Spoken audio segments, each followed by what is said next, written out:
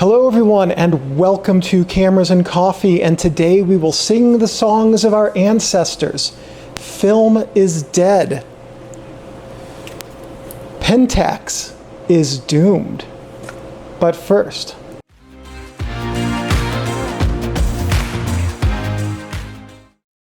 hi Steinbeck. Hi. It has been a while. So, today's coffee from Dark Canyon Roasters, and longtime viewers of the series will know this is the second time I've liked a coffee enough to go back and buy a 5-pound bag. This is the Ethiopian Harar, and it smells and tastes like dark chocolate covered blueberries. Not because it's a flavored coffee, that's just how the beans taste. Whoa, that was close. Hi Steinbeck, please be careful. This is very hot coffee, silly doggo. Oh, that's nice. Okay. All right. So, not so long ago, everyone was certain film would be dead. You know what videos on this channel do better than any other consistently? Not just the All About Films. Those are definitely the kings.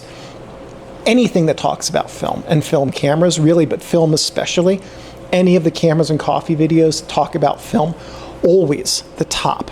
So there continues to be a whole lot of interest in the photography community, especially the subscriber base on this channel, about film. And so when I was in Finland last month, I happened to be at Camera Store by complete coincidence the day that the Pentax, actually the day before that Pentax 17 went on sale. So Nico was like, come by tomorrow. We'll probably have a couple, but if you get here when the launch event starts, you could probably pick one up.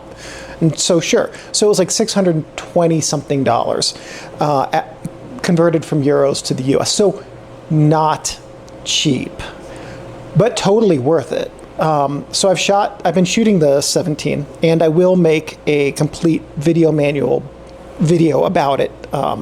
It's in the next batch to get scripted. And I will also do a review video about it when I have enough photos. And I'm probably also going to write a manual book about it, because even though the manual it comes with is nice, like, I think this is going to be a really important camera, and I like that series of books I'm writing to be about important cameras. So the 17 got me thinking about the future of film photography and whether or not it's viable. And I think I have said for a long time in different themes that there are different ways to make film photography viable in the future. And when Pentax announced this project, well, was it 18 months ago now? I was like, yeah, that's probably a way.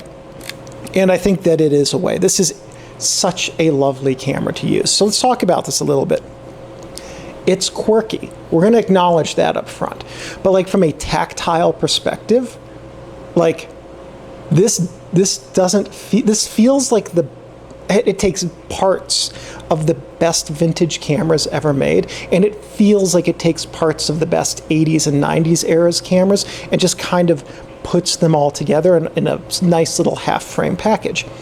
So one of the things I absolutely love is the way that the Film Advance feels. Let me put this up to the mic so you can hear this. It's really quiet, has a very pleasing, consistent sound. Like, as I've been bulk making videos in the last couple weeks for video manuals and using different cameras and advancing them, like, this really holds up. There are very, very few vintage film cameras that sound and feel this nice, and they were all super expensive ones. The shutter itself sounds lovely. Yeah, it's a guillotine shutter, and it's, you know, it's guillotine shutters aren't my favorite, but the sample photos I've seen come back from this, the exposures on them are really great.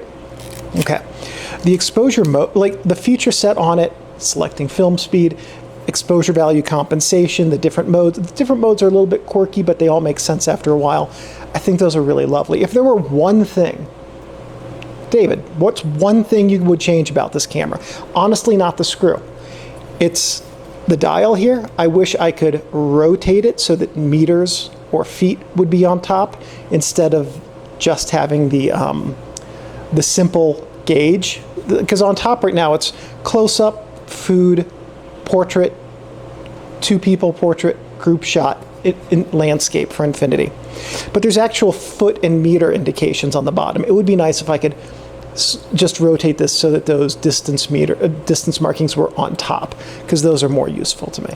That's my complaint. I guess maybe I'd add a PC socket to it as well, but you know, I'd rather have a PC socket than this little 2.5 inch or 2.5 millimeter rather remote socket. Really nitpicky stuff. Like, it's such a fun camera to use, so it's absolutely lovely. So at any rate, so it's gotten me thinking. Let me put that where Steinbeck won't kick it in his sleep. It's gotten me thinking a lot about the future of film photography, and not just Pentax, but what message does this send to the rest of the industry writ large? So there's a link in the video's description to a Petapixel article from the other week. This is what got me thinking about this. And Petapixel is indicating something that I had heard before that Pentax has gone back to make more of these because they can't keep up with demand, because there's a very big demand for this camera. And I think when apparently there's another Rollei 35 coming out, a full frame viewfinder or rangefinder. I don't know very much about it, except that I am certain, given the brand, it will be out of my price point. It's coming out at some point, and I think that if that does well, then what we'll see is that there is in fact a market for new film cameras, though I think it will be absolutely a more limited market than digital cameras. So, and will they ever be the same price? So literally yesterday, my Fuji GFX showed up in the mail, and with a kit lens, and like that's like a luxury item, right? And it's something that I got to grow this channel, especially the lens reviews. I would not have spent that same amount of money on a film camera. Like if Pentax comes out with the SLR, and at some point, and they're like, yeah, this is going to be a $3,000 camera, I might wait 5 years until that's on the used market for a bit less. But if it's a bit less than that, I don't know what my ceiling price would be. I really haven't given it that much thought. But what I have been giving thought to is, what is the market for film cameras? And what we've seen coming up to this point for the last, like, let's call it 10 years, are all of these little Corex plastic lensed little things that the frame counters automatically reset, the doors pop open, film is streaky, and it's fine for an aesthetic, but it's not fine for serious film photography. And we've had to rely on increasingly old cameras. I think there's going to be a market for film cameras in a mid DSLR price range.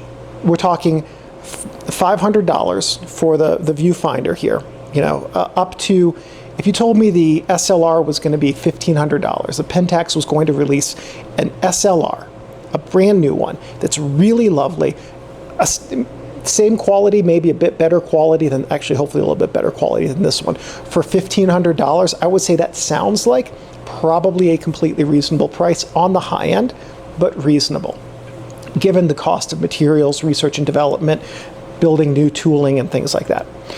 So that is like the range. You know, anything higher than that, I think, is unobtainable as a marketable product in scale.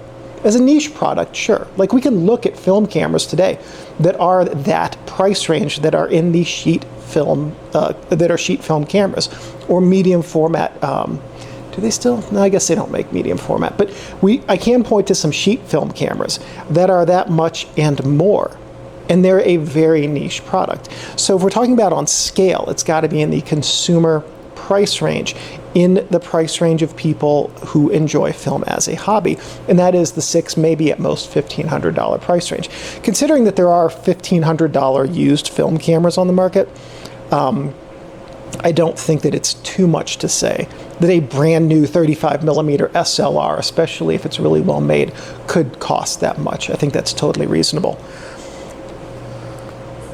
Honestly, whatever Pentax makes for their 35mm SLR, I'd be super happy if it had no meter, no battery, and was fully mechanical, but I am a weird case. I totally acknowledge that. So the point of all this is the Pentax 17 is a camera I'm loving. Petapixel says Pentax can't keep up with demand, and they're making more of them to keep up with this what they have sold out of. And I think that's a really good sign, because if the economy is as bad as everyone says it is, and it has gotten a lot better in the last year, but if it is as bad as everyone says it is worldwide, and no one has any money, and Pentax is selling out of these, I think that's actually a really, really good sign for the future of film. So anyway, if you have used the 17, I'd be really interested in hearing about your experience using it and what you think of this little camera as a brand new film camera. Other than that, have a good day, and I will see you in the next Cameras and Coffee, which hopefully will be sooner than this one was since the last one. Take care. Steinbeck, you gotta wake up, Puppo. You're drooling on my leg. Yes, you drooled on my leg. And I gotta go to work.